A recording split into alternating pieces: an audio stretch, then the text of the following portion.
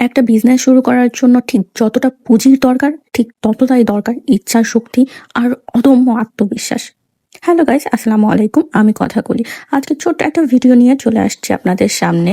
এটা হচ্ছে এইটা ঠিক কি বলা যায়, food van, man clothing van, যাই হোক। তো এটা হচ্ছে সোভিয়েত টাওয়ারের সামনে।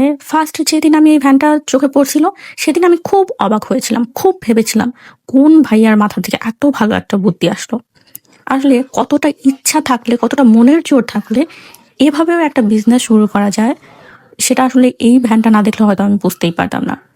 তো এখানে সব কোরিয়ান প্রোডাক্টগুলো আছে, মেবি চায়না অথবা কোরিয়ান। ছেলেদের প্রোডাক্ট সব, ছেলেদের শার্ট, টি শার্ট, হুডি, আর সবগুলোতে অনেক অনেক ডিসকাউন্ট রয়েছে। শার্টগুলো ছিল অনলি 300 টাকা করে, আর হুডিগুলো মেবি 500, আর সুইট শার্টও ছিল।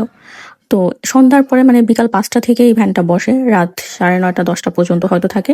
বেশ ভিড় থাকে। আমি যখন এই ভ্যানটা দেখি, দেখি কিছু না কিছু মানুষ এই ভ্যানগুলো দেখতেছে, শার্ট দেখতেছে, হয়তো বা মাসাল্লাহ ভালো সেলও হয়। আর আমি নিজে গিয়ে দেখেছি শার্টগুলোর কোয়ালিটি বেশ ভালো। আপনারাও দেখতে পারেন। আল্লাহ হাফেজ।